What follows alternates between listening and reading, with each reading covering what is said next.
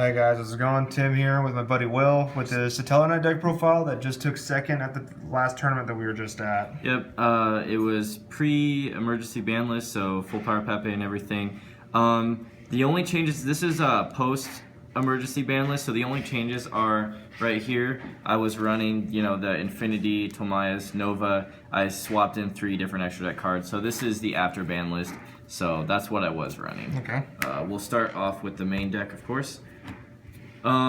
Starting off with 3 Deneb, main searcher. You have to run him at 3. With Road at 1, you just abuse him and you get through your deck really quick. So 3 Altair, main summoner. Get your plays off. Get your 3 or more attachments. Need him at 3. You can't run him any less. Pretty standard for the most part. Triple Unical High. The reason why I run 3 instead of 2 is because I want to dump as much as I can into the grave and draw into my spells and traps, because I have plenty of ways to getting these back out other than just Altair. Yeah. So you want to thin your deck out, you want to draw into your spells and traps, you don't want to have a full hand of monsters. So this combos off really well with Skybridge, with Brilliant Fusion, everything.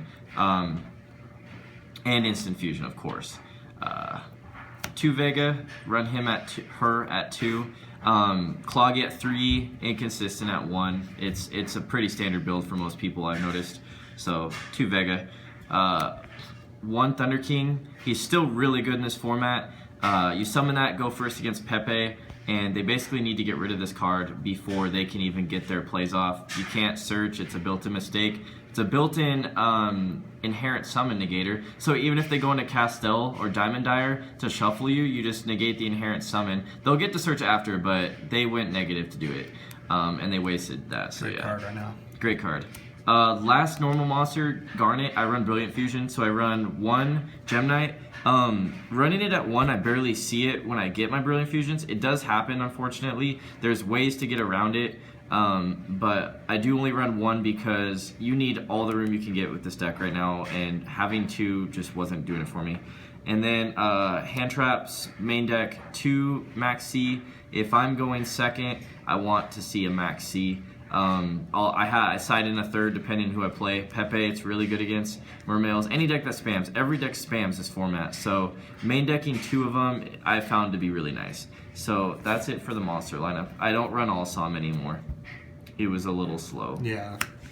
Triple Brilliant Fusion. I run the Brilliant Fusion build. Honestly, best idea I've had to tech this in. It makes your dead hands amazing, and you can pull off some really good combos with the double normal summon. I will be attaching another video showing combos after.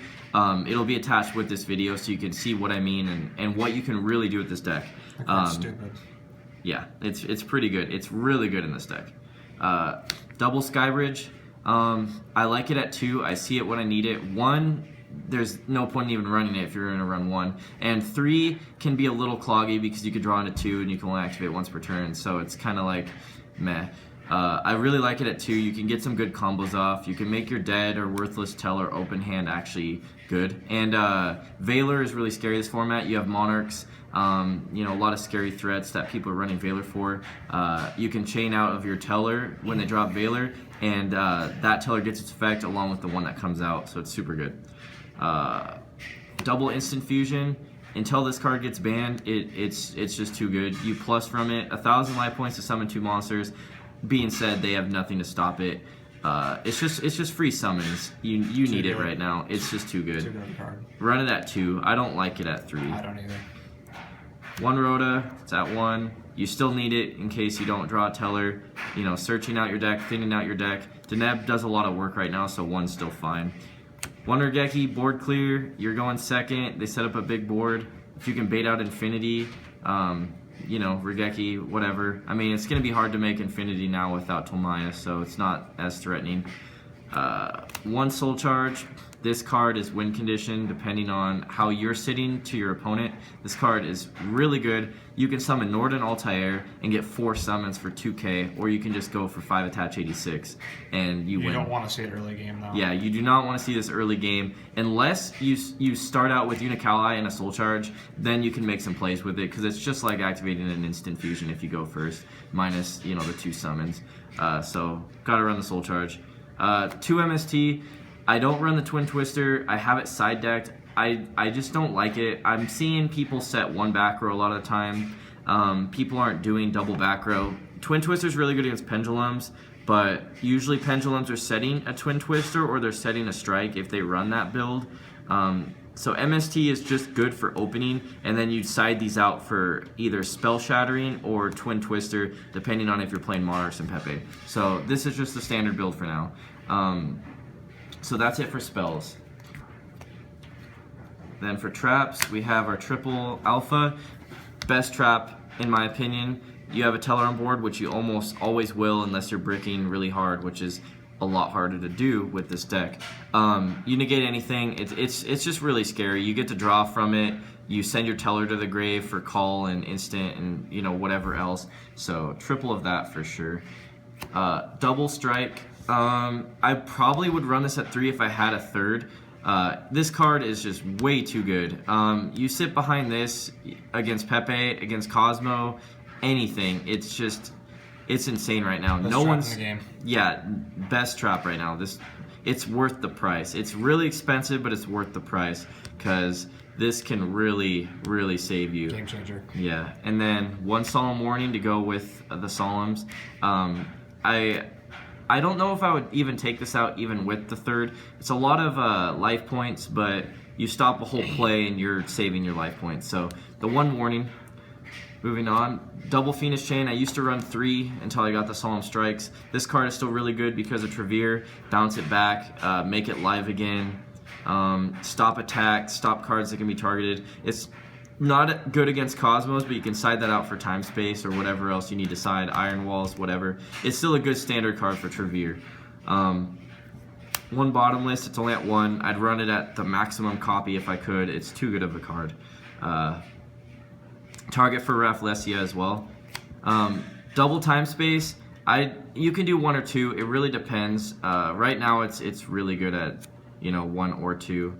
Have it at 2 right now. It's just my decision. For Rafflesia as well, because that card is amazing. And that's it for negations and battle traps and whatnot. Now we have the triple Call the Haunteds. I run at 3 because you need to summon your monsters back, redo your effects, bounce back with Trevere. I love Call the Haunted. It's really good. You can even, do it in battle phase if you really want to, which you usually don't. And then to round up the traps, 1 Oasis. No, I don't run 2 anymore. It's too cloggy. I don't ever clog with this amount. It's just perfect the way it is in my opinion. Plus it turns things into worms, so you can't 86 with this guy. You can do everything else with it, but that's my personal preference. Yeah. So that's it for the main deck. I'll move on to the extra deck. And like I said before, these 3 were there before, and I did recently take out a Cowboy because it's not doing good right now for me in this format. Starting off, double Trevere, pretty much your best card. It is by far your best card unless you have 5 attach 86. One of the scariest cards in the game. Scariest card in the game. Non-targeting, bouncing back everything. Super good against Cosmos.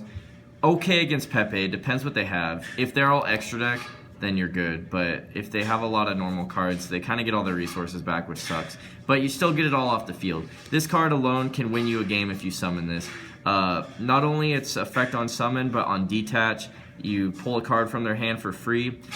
And on top of that, you get its graveyard effective. As long as you have a material, make sure you always keep a material. Do not use the 3rd material on him if it survives that long. As long as he has a material, when he goes to grave, you can summon any teller from your grave. So you plus when he goes to grave, as long as he doesn't get bounced. So this card is great. I don't need it at 3 because you can Trevere loop it anyways, and you can bring it back with Emerald. So if you need to. So 2 is perfect. Such a good card. Such a good card. That's why this deck is still able to contend with this meta. Double Delteros. I see people run it at 1. I really like him. One fact is you get him out early and you get him in your grave. It's target for Altair, and then if you just need to stall out because his effect, he doesn't need materials to get his summon effect when he hits the grave. You get a pop a card for free, and his effect, as long as he has materials, opponents cannot respond to your summons. That does include him, except for counter traps. You can negate a summon, of course, like any card, but when he's summoned, you can't bottomless or time space because it includes himself when you summon a card.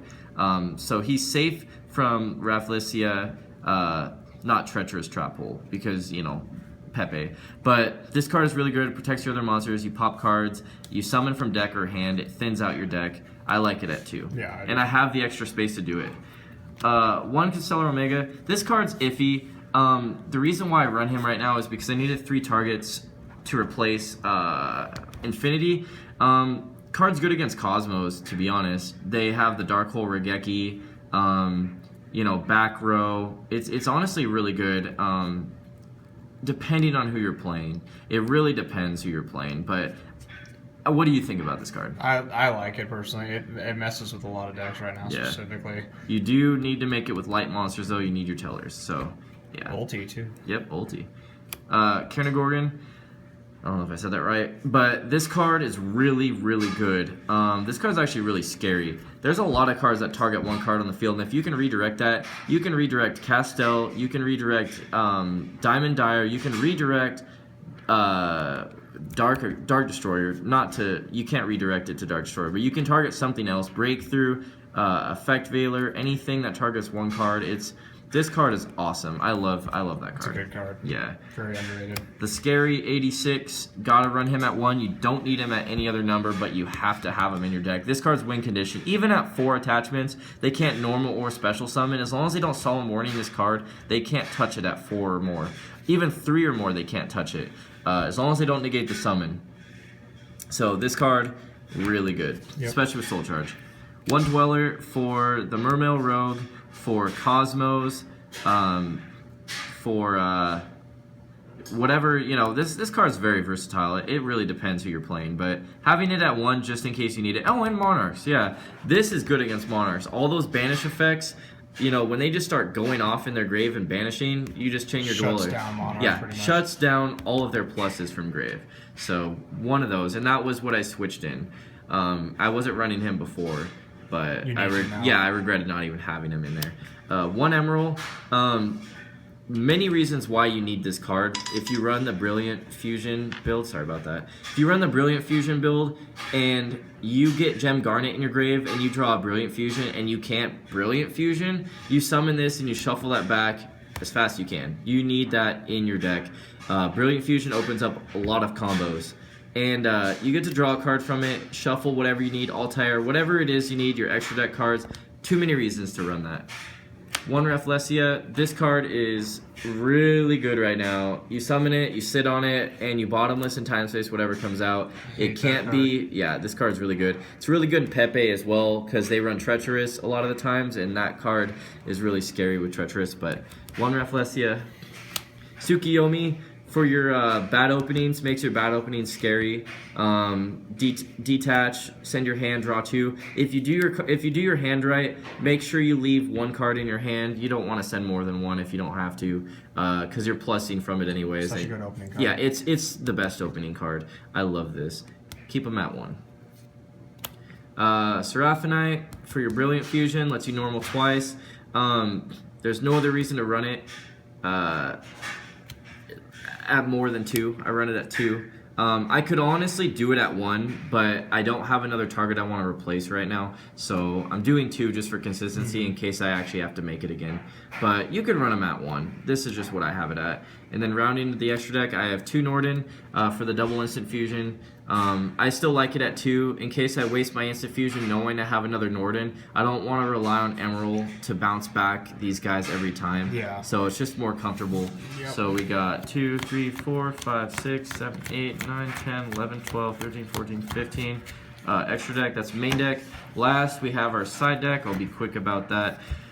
Double Veiler for Monarchs. Monarchs mainly. This is really the only... I only side this against Monarchs. It's good against some decks, but I have so much negation and everything that I don't need the Veiler against anything else. You shut down Idea. They're big Monarchs. When they get their summon out, you shut all of them down. Being said they don't have March already on the field, you know, then it's kind of dead. But you stop Idea, you beat Monarchs. That's how it is. They normal that Idea and you Veiler it, you won the game. Double Twin Twister, my side target for MST, for Pepe, for Monarchs, for back row. This card's super good right now. You do have to discard, but it's worth it when you pop the best cards in the game, like Solemn Strike. Double Spell Shattering Arrow. Pepe is still the best deck even after the ban list. In my opinion, it's still going to be the best deck. It did get hit really bad, but this card is amazing. Destroys many face-up spells, inflict 500 for each. This is even good against Monarchs when they have Domain face-up. Your worst matchup, honestly, is either going to be Monarchs or Pepe, but if they have Domain and you can't pop Domain, you're done for. So this is nice if they have March, if they have what's the Domain, and then what's that one? Return of the Monarchs. Yeah, all that face-up stuff they have on the field, and you do 500 for each. Double Iron Wall for Monarchs, and because Cosmos are still scary and ranked 2 right now, in my opinion. So Iron Wall's great against them, great against Monarchs. Good card in general. Very good card. Mask of Restrict breaks Monarchs. If they don't have their Twin Twister and you have this on the field, you won the game. That's all there is to it. You won. Cards absolutely destroys Monarchs. So good. This is for multiple reasons. This is a target that I go into when people are running, triple maxi, effect veilers, a lot of hand traps, and especially Cyframes. Tellers has a horrible matchup against Cyframes. If you don't have Alpha or your Strike, you're done. Like they will negate your monster summon, everything. I hate Cyframes, and I will literally sacrifice my side deck to make sure I have this card. Because if you drop this on them and they don't have the trap to negate it, you won the game. I need win condition side deck. That's all there is to it. Wrapping it up, Vanities. I don't main deck it anymore. It's not as good as it used to be. I side this in against Cosmos and Mermails. When they reveal Vanities, Cosmos affect the banish on cost. Chain this. This card is good against those decks. I don't like maining it anymore. It slows me down as well if I can't Unical High or pop it. So I have it side right now. And wrapping up, I have 1 Max C, main the 2, side the 3rd. It's good against Pepe, really spam decks. You need to get your Max C at 2. You don't always get it. So this pretty much ups the guarantee. Yeah. I think that's 14 or 15. 1, 2, 3, 6, 7, 8, 9, 10, 11, 12, 13, 14. Last card, I don't consider siding this. I sided it out because I wasn't running it. I wouldn't even side deck this card. You don't really need it. You can tech it in if you want. I don't have a card that I want right now to where I can side it. So I basically have a 14 card side deck at the moment. I got rid of Spell Fragrances because I'd rather just pop their scales and let them get that off. And then stop what summons. I stop summons. If you do Spell Fragrance, they can't summon, but they're gonna get over it eventually. They always get over it. Pepe is just too consistent right now. And relying on Spell Fragrance opening, the card is absolute trash unless you open with it. If you draw it game 2 or turn 2 and they already have their stuff, you drew nothing basically. Yeah. So sub this out for whatever you feel would be better, but that's basically it for the whole deck, and I'll be giving you guys the combo in a separate recording. It'll be attached to this video, but it'll be a separate recording. So All right, well, nicely done this weekend. thanks. See you guys. See you.